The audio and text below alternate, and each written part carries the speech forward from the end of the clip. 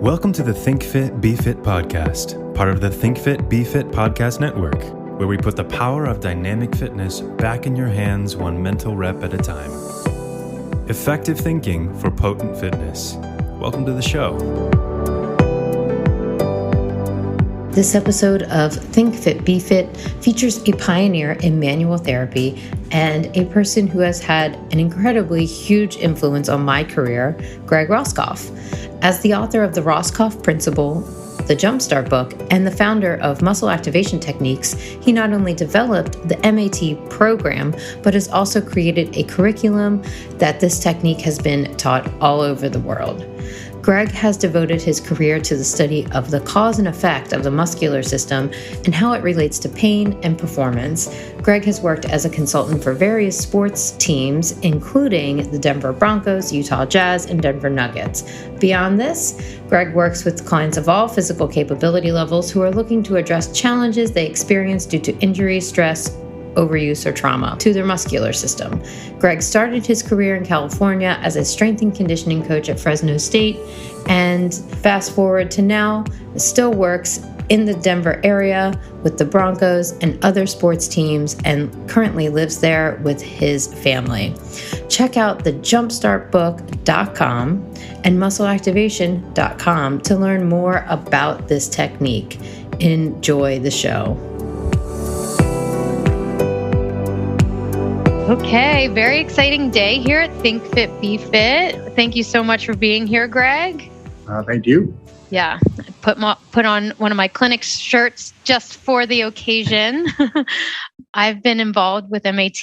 This is my 10th year as a specialist and practitioner. You know, I just couldn't be more excited to have you on the podcast as just a source of inspiration for so much of this career and all the questions that I get to ask. So, you know, recently you've been coming up in my everyday practice in the clinic, not just because you're a YouTube star now, but also because I've been recommending your Jumpstart book to my clients and my audience. I'd love to know what that process has been like for you, and if, you know, you learned something along the way of writing it and putting it out to such a much bigger audience. Yeah, so it was interesting because the Jumpstart program was always our introductory program to the principles of MAT, and we taught Jumpstart classes across the country, and it was basically, like I said, introductory in the way that when we look at muscle activation techniques, there's so much that you need to know and understand and have to bring into a practical application format. That early on, when I started teaching MAT, I started trying to teach the whole process because, you know, through Tom Purvis, through RTS, and I realized early on these aren't just weekend courses. Like to learn the process of MAT, you're not going to go into a weekend class and learn it.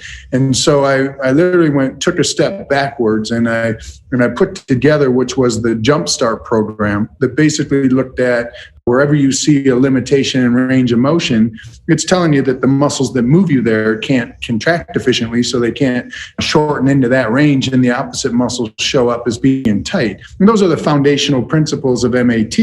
But when you see limitations in MAT, then you recognize these are all, you would test and treat all the muscles that cross the axis to get those muscles activated, and then you would see increased mobility because you had a greater sense of stability.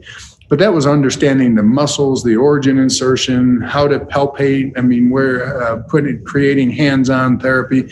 And I realized, okay, that's too much to learn in an introductory type program. To introduce people to the concept where if you saw a limitation range of motion, it didn't matter what muscle it was basically do isometrics in that position, and that will help improve the contractile ability of the muscles that move you into that position, and again, help you gain mobility and stability.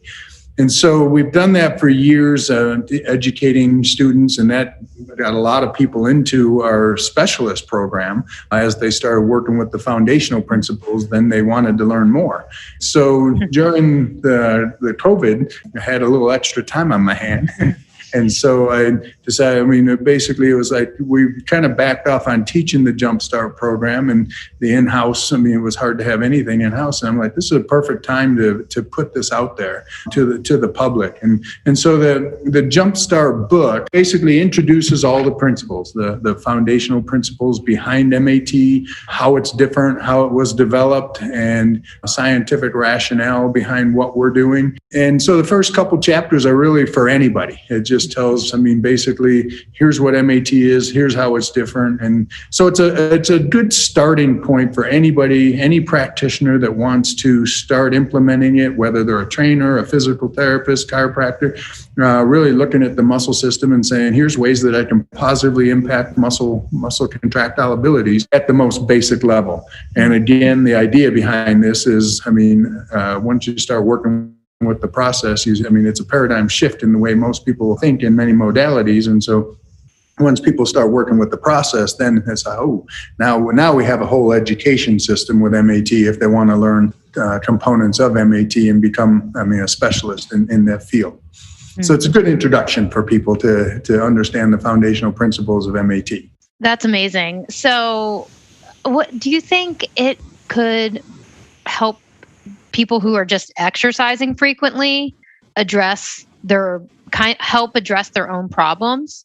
They can go through self-evaluations. It's always good to have a practitioner, but even with the practical application, because everything that's done in the Jumpstart program, people move into positions actively. Mm-hmm. And so literally, you can't do the positional muscle testing without a practitioner. But if you went through a self-evaluation of range of motion, like of just the core, if you rotate to the left and then rotate to the right, then you would test to see whether or not there's strengths or weaknesses in those positions wherever there's a limitation in range of motion.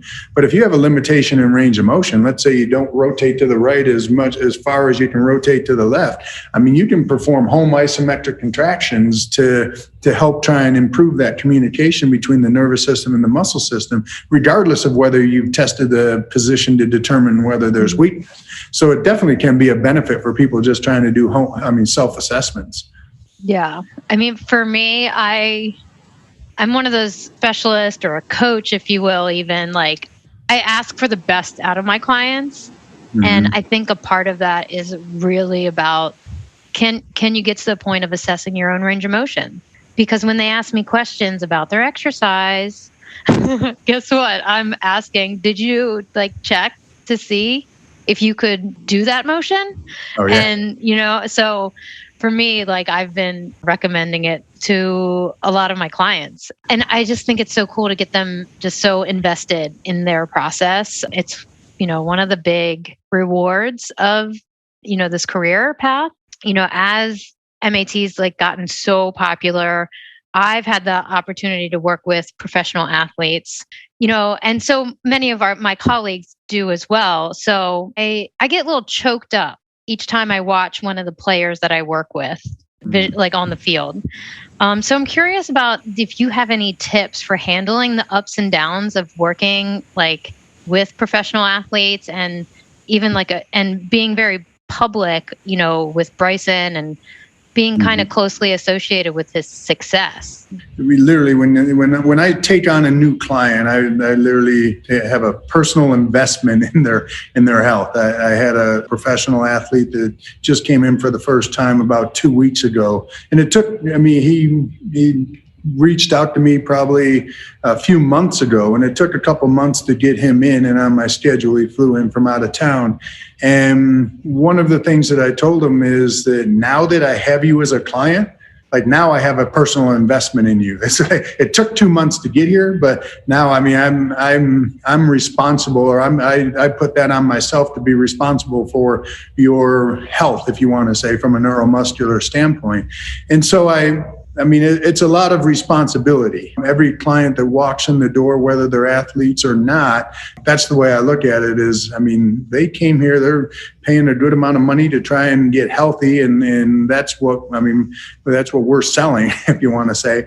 And so I do take that personal accountability when I bring on a client. And working in pro sports, that's a unique environment because that's their livelihood. And if you got a businessman that comes in and loves to golf and his back hurts, that's one thing. But if you have a pro golfer that comes in and his back is hurting, it's like, well, you can't accept that if this is what they need to do for a living. And so they can be, I guess you'd say, demanding in some degree, because I mean, I'm the same way. If I know what it feels like to feel good. And once people know what it feels like to feel good, you won't accept not feeling good. And especially if you're a professional athlete where you're so in tune to your body, they get a little thing off, and I mean, something's off in their body, and it's like, I mean, they can become psychotic about it because they know what it feels like to feel good. And I think many people don't even know what it feels like to feel good. And that's one of the great things about MAT is that once you get people feeling better and they understand that, they won't accept anything less. And the athletes, like I said, I mean, they know their bodies. I mean, they trained their whole lives. They wouldn't be at the highest level if they didn't have a good understanding and sense of their body mechanics. And so it comes with a lot of responsibility when you work with pro athletes. And I think something early on I found out, like working in the strength and conditioning and sports medicine, if somebody went and skied or golfed and injured themselves, they'd call up and cancel and say, I can't see you today because I tweaked my back or I tweaked my knee. And now with muscle activation, they go and tweak something, they're calling you saying, I need to get in now. Like, I need to get in today. And so I think that's the thing. If you are working with high level athletes, you have to expect that there's going to be a lot of accountability and a lot of pressure put on you because they're dependent on you for their livelihood.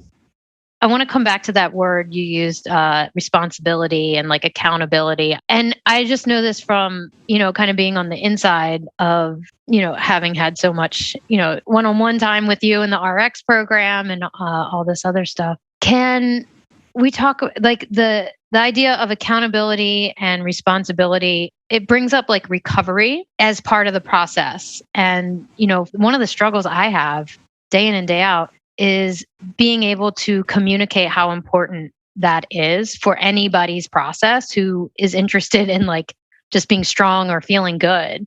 Yeah, I think first off, the word recovery is significant in what we're trying to do with muscle activation techniques. And I feel like with what we're doing with muscle activation techniques, I mean, one of the things I always say is life's going to beat us up. And from a neuromuscular standpoint, somebody has to be there to put you back together. And so people go and beat themselves up through physical activity, working out, sports training, whatever that may be. They beat themselves up, and literally, I mean, that when I say beat themselves up, they create inflammation. And inflammation is a key factor behind muscle inhibition. It's the inflammation that causes this inhibition of muscles that we're dealing with muscle activation technique. So you exceed your tolerance levels of the muscles.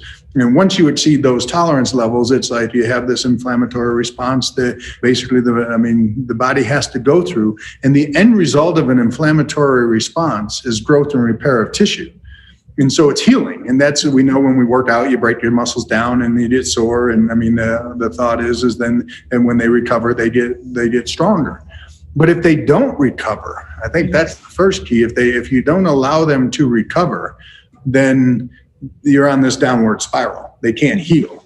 And that's where many people get stuck, is they get stuck in when people are in chronic pain and any type of disease. I mean, the common denominator behind every disease out there is systemic inflammation. And so if you have inflammation in the system, that means your body's more vulnerable. And if you keep putting stresses on the body and don't allow it to heal and recover, then you never get healthy. And so that's been one of the things that I've probably worked with the most. I mean, and when I say recovery, there's a lot of misconceptions. I need to get a massage. I need to dry needle. I need to get the Theragun and massage the areas because these areas are tight and tender. Well, tight and tenderness is inflammation. And so these tissues are already irritated. And when we put force on tissues that are already irritated, you can basically push yourself further down the downward spiral. And so recovery means rest. I mean, let the tissues heal. And I feel like with muscle activation techniques, we get people out of the acute state of inflammation into the growth and repair state of inflammation, allowing the body to go through that healing process much quicker. I think what you said earlier, you see immediate results. I mean, you change your posture and everything because you get into that repair state of inflammation much quicker. But if we keep putting physical stresses on the body on tissues that are already irritated, then they can't recover and then they can't heal. And so that's just been one of the things that I've had to deal with is how do we speed up the recovery process, but not do things that are actually going to be counterproductive, if you want to say. And so you asked about going with the NeuroPeak. NeuroPeak is a company that looks at, brainwave activity, and they do neurofeedback training to try and balance out the brainwave activity in the neuromuscular system. Well, the interesting thing is I would have never went down this path. I've seen some amazing changes on people over the years with muscle activation techniques that didn't seem muscle related. I've seen people with digestive issues improve, food allergies and food sensitivities. I've seen some of those symptoms improve on clients as the integrity of the neuromuscular system improved. But I couldn't have told you why. The only thing I could really say is, well, if you reduce systemic inflammation, then the body can actually process nutrients and do things that they couldn't do earlier. I mean, most people aren't born with lactose intolerant or gluten intolerance. It's kind of part of the adaptation as we grow and put stresses on our body. So as our system's more stressed, we can't process foods and digest foods, and we have more sensitivities or allergies or whatever that may be. But we have more inflammation. And that can come up as any symptom on the body. So I've seen systemic type symptoms go away by treating neuromuscular function. And so with the relationship with NeuroPeak, 4 years ago now, it'll be Super Bowl weekend 4 years ago, I had a traumatic brain injury. I was in a car accident, Super Bowl weekend, head went through a window.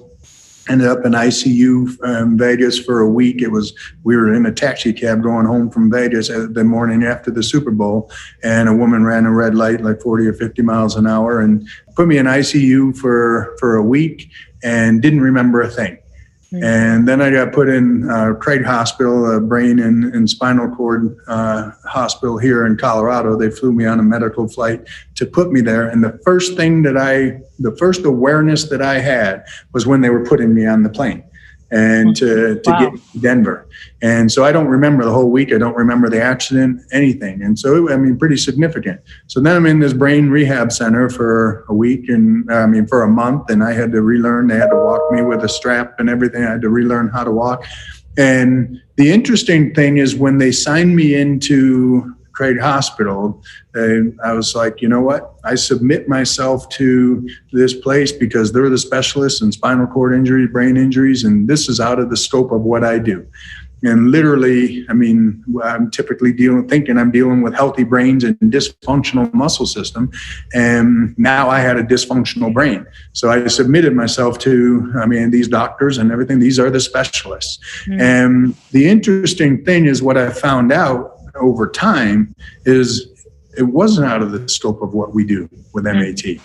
And that was, to some degree, I'm like, man, what a great learning experience. The others is like, why did I have to go through this? But what a great learning experience. But it was a struggle to get back. And I remember a month after being out of Craig Hospital and in rehab, it was a very slow process. And I had vestibular issues and, optical migraines and all of these different issues. But one of the factors I would just say would have to be, I'd call it chronic fatigue.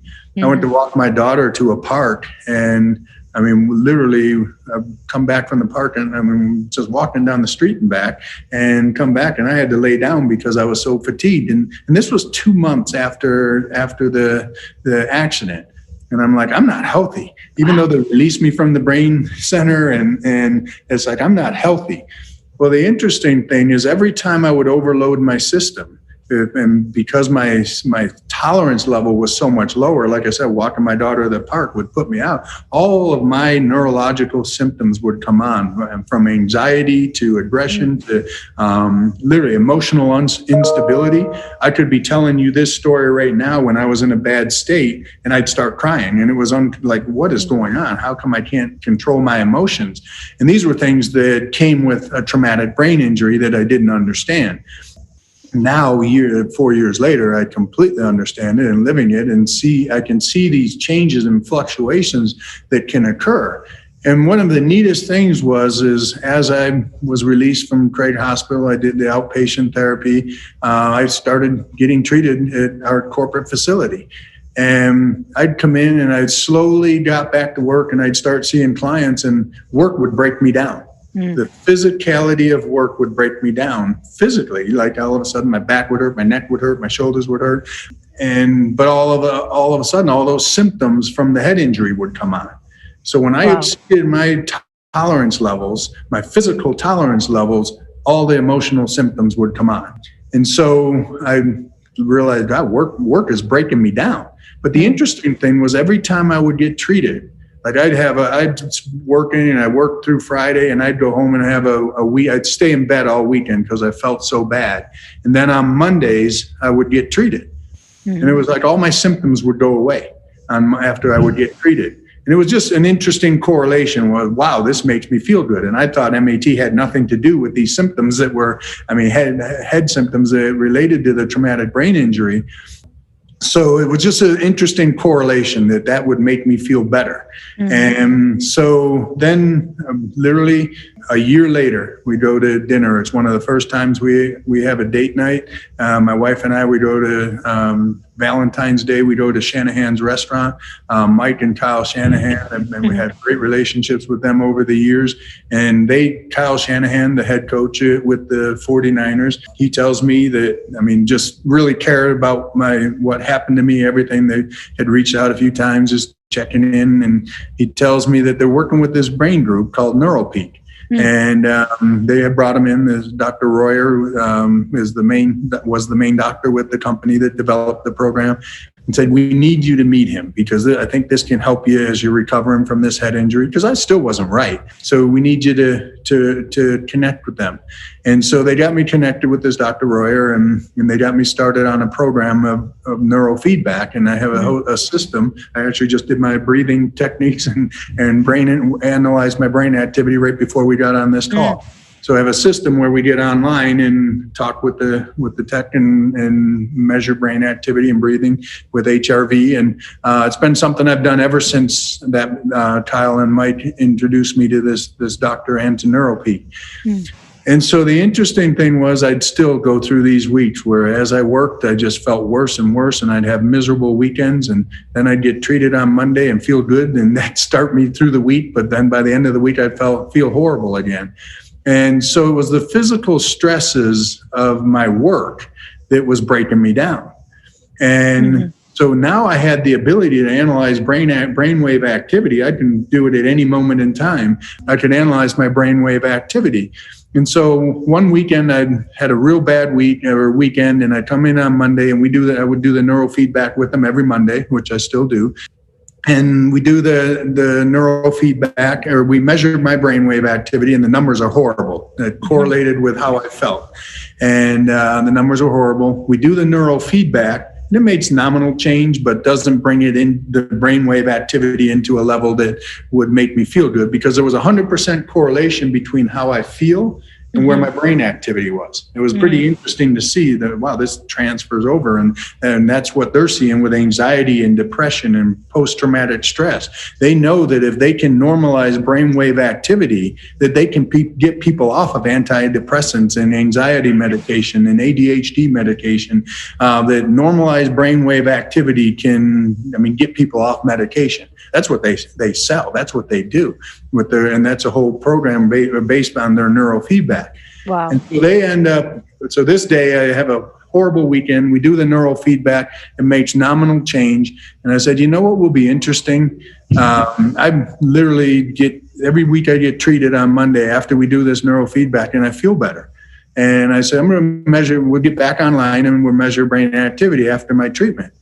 We measure brain activity after my treatment. I feel great after the treatment. We measure my brainwave activity and it's normal. I mean, perfect, almost perfect numbers. And literally the guy I was working with is like, Greg, you just made more of a change in an hour than we see in 6 months with neurofeedback. And this all of a sudden opened the door to the idea that improving neuromuscular function can improve brainwave activity. They've been looking from here up with everything that they're doing with neurofeedback and their training programs and vision training, everything. They've been looking from here up. And basically the way that I look at it from MAT is without proper sensory input, you can't get proper motor output. So the brain's sitting there, it's expecting proper input coming from the sensory receptors. And when you have muscle inhibition, there's not proper input from a physical stress standpoint. The brain and nervous system is not receiving proper input, so you can't do the right thing from a motor output standpoint. So it ends up in a stress response. The body ends up in a stress response. And that shows up at the brain level. And as we improve neuromuscular function, it improves sensory input back to the nervous system, which in turn improves motor output, gets the body out of a state of stress, and it ends up putting the body in a normalized position. So, normalizes brainwave activity. And so from a recovery standpoint, with the question you asked, it's basically balancing out the autonomic nervous system. When people are in the stress state, a chronically stressed state, they're in this fight or flight sympathetic mode, a hyperactivity, hyper overdrive, basically. And that's when blood pressure, heart rate, everything escalates and it shows up at the brain level. But when you can normalize neuromuscular function, it actually balances out brainwave activity and creates more of a shift to the parasympathetic recovery state, which again allows for healing. So it gets the body out of a catabolic state and into an anabolic state, and really helps out the recovery side of healing. And so from that point forward, I've had some brain injury clients, traumatic brain injury clients that have come in, and we've been able to measure and show the changes. And these people were struggling in their rehab and with the symptoms related to traumatic brain injury, and seeing the same thing. And so basically, neurofeedback that day when they say you've done more in an hour than we can get in 6 months of neurofeedback, that was the day that we knew we have to look at this whole integrated neuromuscular system. Not just from the head up, not just looking at the brain. And so we've been doing a lot of work and put a research program together, utilizing our MAT RX practitioners to measure brainwave activity before and after treatments, and over time to see the changes that can be made on people's health. And the nice thing is it's 100% correlation between the integrity of the neuromuscular system and brainwave activity. So pretty cool to see. That must feel great to be able to say that, be able to tell that to the world. That's amazing. So amazing. That makes sense why I would see some of these non-muscular non-pain related changes occur, from digestive issues to irritability to emotional instability. I would see people's mental state. I had a client with ADHD, Asperger's hypotonia, and that was struggling and just improving his neuromuscular function long before the head injury and the relationship with NeuroP. It normalized his health. Completely took away his symptoms with the Asperger's, and he was 8 years old at the time, and literally he's like 17 now and living a normal life, skiing, snowboarding, and physically he couldn't do things when he was 8 years old because his body was always in a stress state and fatigued, and digestion was, so many negative factors that seem non-related to muscle function all changed, and I had no understanding why until years later I went through this accident and we started tying it into brainwave activity. Oh, amazing. Well, it was just definitely an experience, like being a student of the RX program and witness to like how this has unfolded in the last 4 or 5 years. I always say it's like a neuromuscular overhaul. It's, literally starting from the foundation, our core movement patterns, and the same way when we learn to roll over, then we learn to sit up, and then we learn to crawl. There's organization and structure to our development. And over time, we kind of lose the function that we had when we were young and athletic, and many people need this neuromuscular overhaul. But one of the things that I've seen is when you start from this foundation, it brings normalization or organization to the nervous system. And so the body can be in a stress state, and just like bringing it into this organized system of RX, all of a sudden gets the body out of the systemic stress state, and then literally shows up at the brain level that, there's organization now. And that's been a crazy thing, is that just bringing organization to the nervous system can reduce so many symptoms that people relate to, like I said, far beyond pain itself, pain and tightness that we see from a conventional standpoint with MAT. Having tools like NeuroPeak is huge for being able to facilitate that conversation and, and also unburden myself. Hello, Jennifer here. If you're enjoying this episode and are hungry for more mental reps about exercising efficiently and effectively, make sure to check out the other shows in our network, Peach Pit Fitness and Fitness for Consumption. We explore it all, from celebrity workout trends to peer-reviewed research. Focus on what really matters, synthesizing accurate information into meaningful action for you and your clients. Enhance your fitness mindset and process by listening to all Think Fit Be Fit podcast at thinkfitbefitpodcast.com or on your favorite podcast player. Thanks for your support and enjoy the rest of the episode. So any of my clients listening, so I just want to say, see, I told you so. And then, it's also just really fascinating that, a dad with like a serious golf habit and a 70-year-old with is a recreational, swimmer, and Peyton Manning can all have like this kind of shared experience, about optimizing muscular system health. So I just love it. One of the things, even early on in the MAT process, I probably didn't understand it as much as I do now, but one of the slides we had in MAT specialist program was whether you're coordinated, uncoordinated, athletic, non-athletic, injured, non-injured, whatever, the principles are the same across the board. It all comes down to the integrity of the nervous system and the ability of the muscles to be able to tolerate force. As we get older, as our muscles get weaker, due to accumulation of stresses and injuries and any type of stress, chemical, physical, emotional stresses, the autonomic nervous system doesn't know the difference. But if you exceed your stress tolerance level, that's when negative things happen. And so regardless of what level of health you're in, improving neuromuscular function can have a positive effect on overall health. Yeah, I can't say that loud enough. So thank you. Now I want to shift over to golf and muscle. What was Bryson's strength like when you first started working with him? So Bryson was an average golfer. He came in, he was 190 pounds, so he's a little bigger than some of your golfers, but strength-wise, it was nominal. Nothing significant.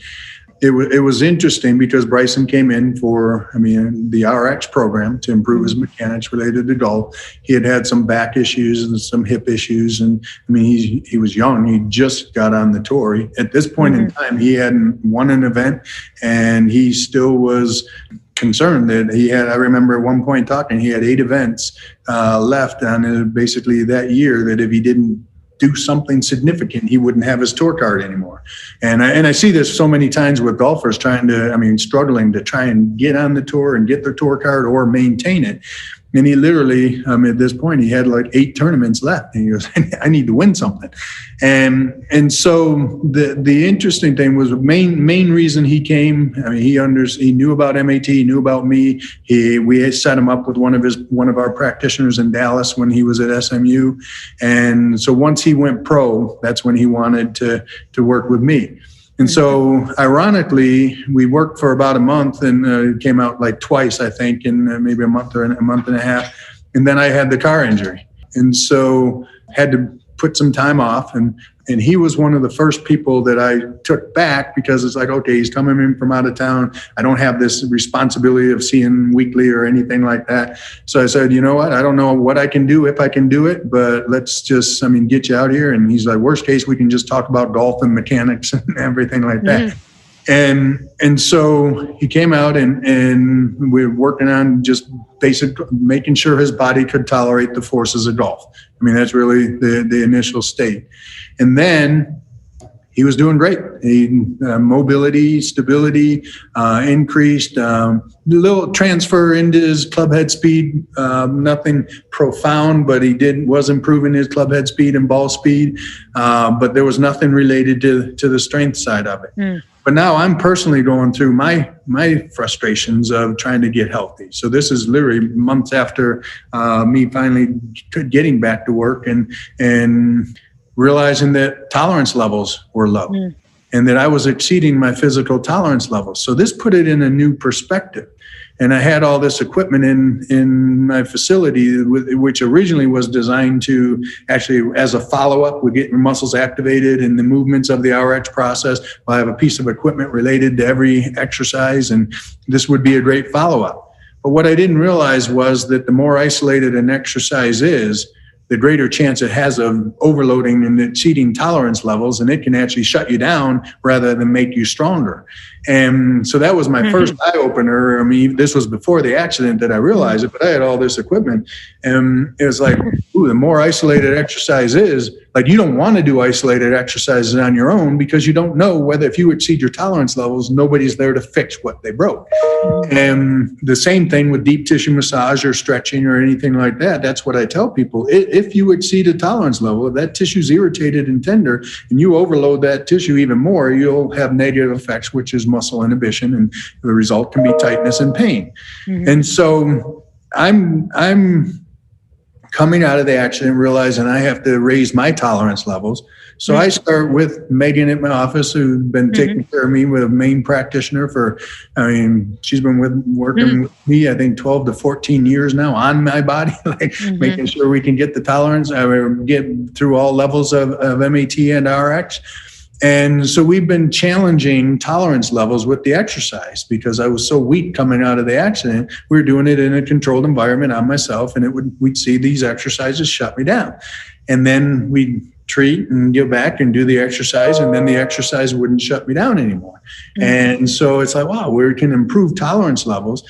And that's how we first did the measurements with Neurofeedback, was after I was doing the exercises. That's when we broke me down, we put me back together to make me stronger. And that's when brain activity was almost perfect. And so I literally say, where Bryson is now is a result of my accident. Because I wouldn't even went down that road if I didn't understand that my tolerance, walking my daughter to the park was enough to exceed my tolerance levels and make me feel horrible, which brought on all my symptoms related to the traumatic brain injury. It was my neuromuscular system that got overloaded.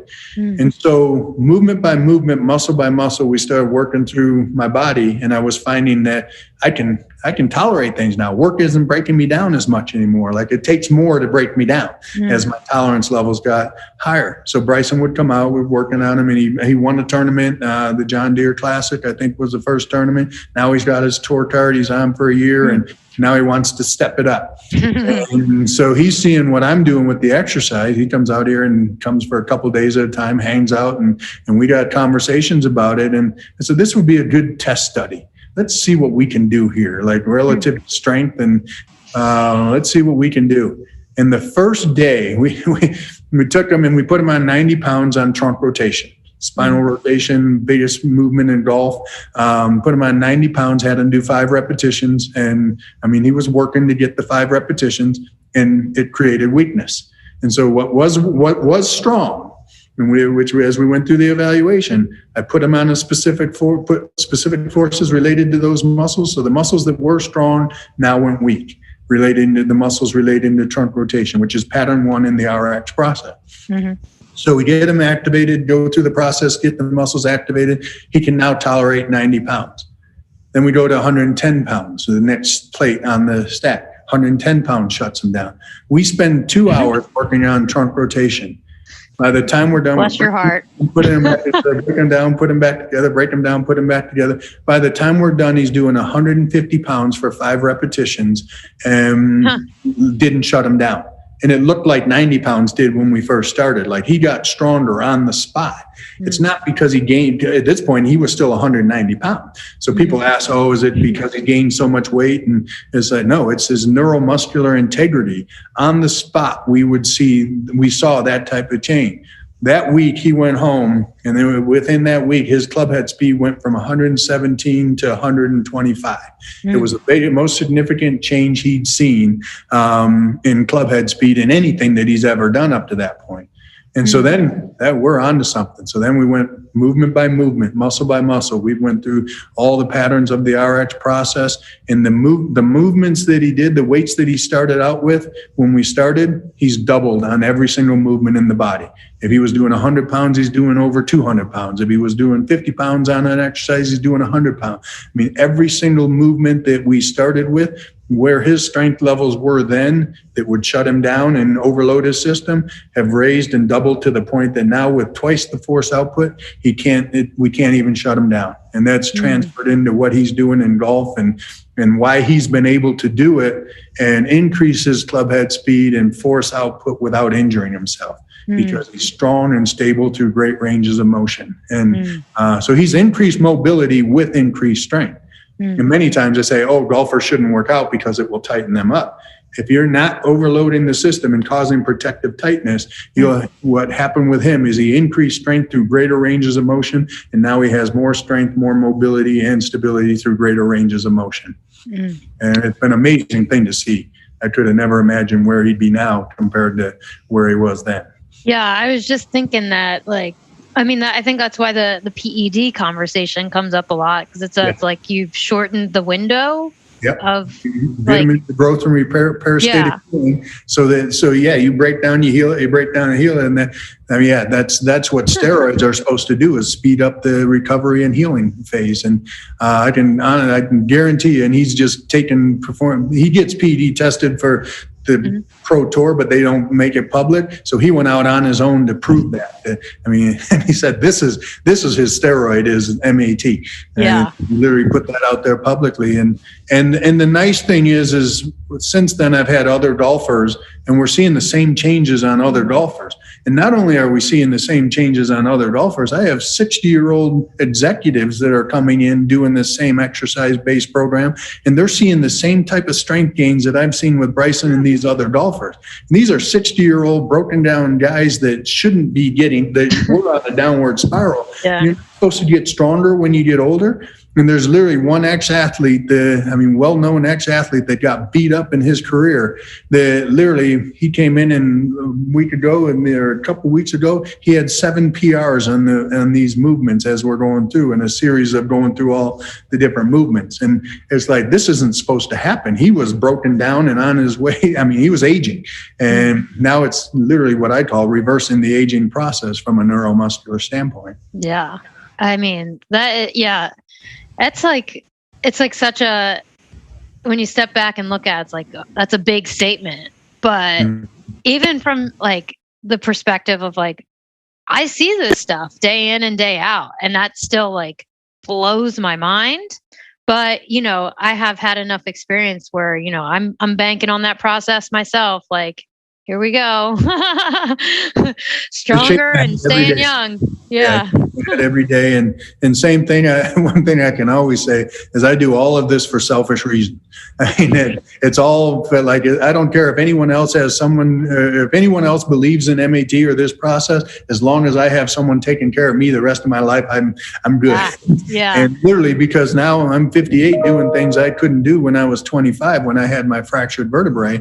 And literally same idea. I'm doing the exercise program. Megan works through it with me. We go through challenge tolerance levels all the time. And literally I'm doing this at 58 and getting stronger and having PRs also. And the nice thing about it is, even with Bryson, is one of the things that I say is the integrated system is only as good as the function of its isolated parts. Bryson had never done any bench pressing or squatting or deadlifts or anything. He never did any compound movements. All he's done is the workouts that we've done, put him through and got him so he could tolerate these isolated exercise. And since then, Bryson's come out and he's bench pressed 295 pounds. He's deadlifted over 400 pounds and squatted 400 pounds a couple of weeks ago. And he never trained with any compound weights in his life. And these are weights that I see over at the Bronco facility when I'm working. Like, these are professional athlete weights, not golfer weights. So it's been amazing to see. I know. Yeah. It's really been interesting having so many golf clients come in, into the door, or just talking to them, as of like an initial consultation, and they're just blown away by one. They don't like, a lot of people don't understand like the difference between strength, size, period. Right. And so it's just like opening up so many people's minds to, like there's a whole nother category of strength I didn't know about. Right. And I think that's just like obviously I'm enjoying that. It's also really touching to see like the younger athletes really adore Bryson and what you guys are doing.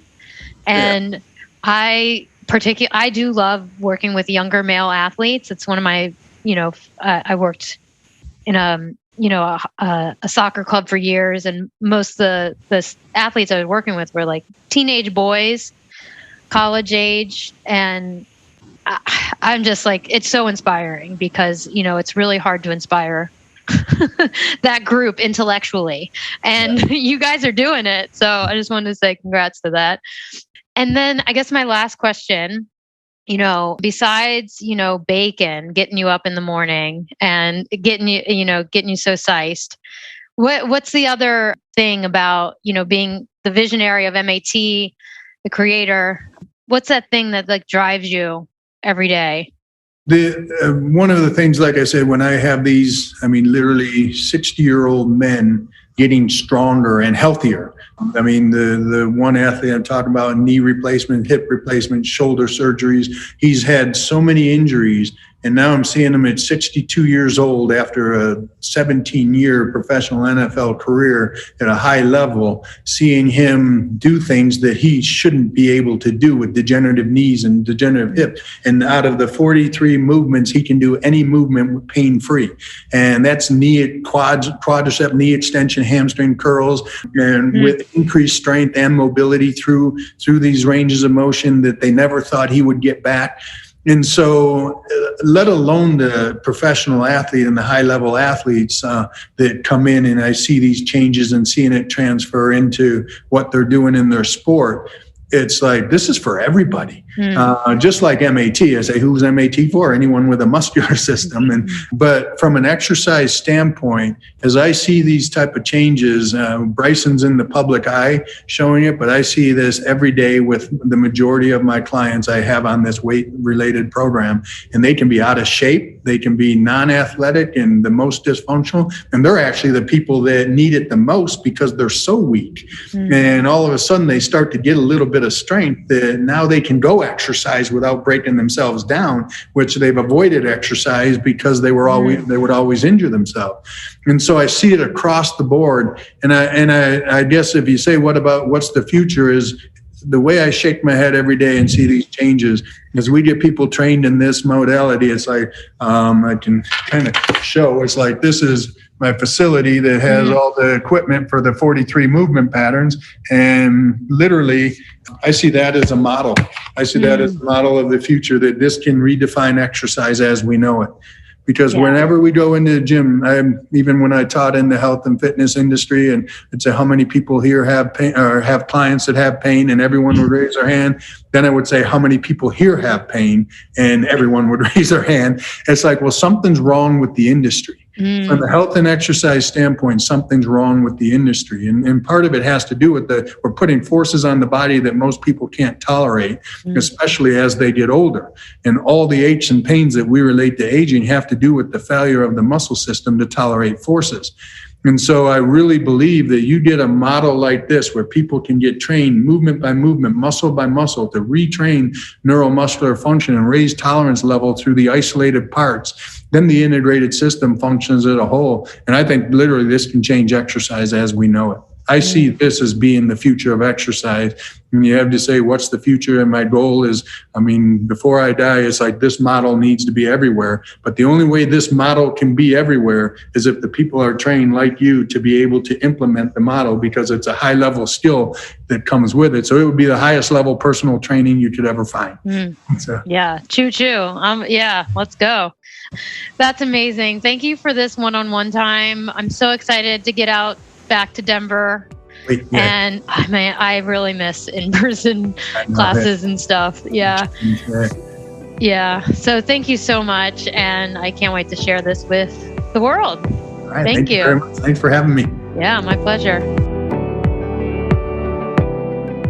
Hi, friends. Jennifer here, creator of the Think Fit, Be Fit podcast network. I hope you loved the show. Let's take a quick minute for an exciting giveaway announcement. To celebrate the release of Greg Roskopf's book, Jumpstart into MAT, we are giving away one book. Actually, it's a course that completely changed my career way back when. All the entry rules and information will be on our Instagram account at thinkfitbefit_podcast or on our newsletter at thinkfitbefitpodcast.com. If you'd like to learn more about the book or Greg Roskopf, head on over to thejumpstartbook.com. Best of luck, and I can't wait to see who wins. Thank you so much for listening and being a part of the Think Fit, Be Fit podcast network.